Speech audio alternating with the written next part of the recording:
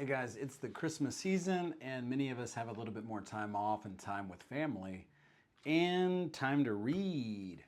One of my students, thank you, Tiffany, recommended that I actually take a second and post here books that have had a huge impact on my life, and then books that I would recommend to you. So I actually try to spend a lot of my Christmas reading the Bible. And you can spend so much time doing Christian living books that you miss out on growing in biblical knowledge. This is my Legacy Standard Bible. This is the one that I teach from here at Masters University. I would say, hey, make it your goal with the extra time that you have. Be in the Word at least 5 days a week and then 30 minutes a day. So that's where I would start. Start with time in the Word.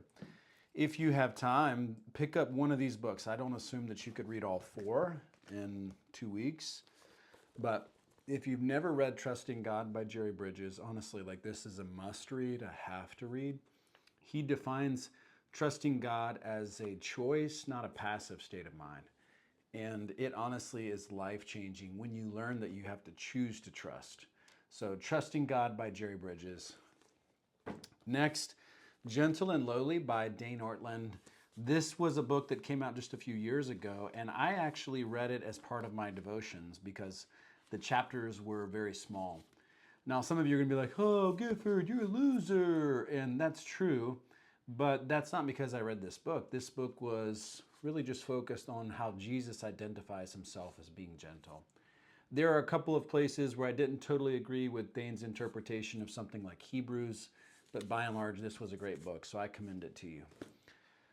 What book really shaped my life? John Piper's Desiring God. If you haven't read it, you have to have a copy of this in your library. It helps take you from duty to delight and understanding the relationship. Seriously, this is how his whole ministry was launched based off this book. And when I read this book in college, it transformed my view of God, which has thus transformed my life. Last but definitely not least, a little bit more nerdy, is Francis Schaeffer's trilogy, The God Who Is There, Escape from Reason. He's there and he's not silent.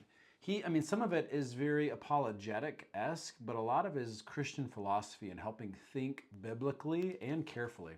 If you've never read Francis Schaeffer, you gotta read him. It's gotta be in your library. And you can read one of these three books this upcoming Christmas. Whatever you do, take the extra time to be refreshed in the Word. And if you have some killer book ideas, post them below. I am all ears.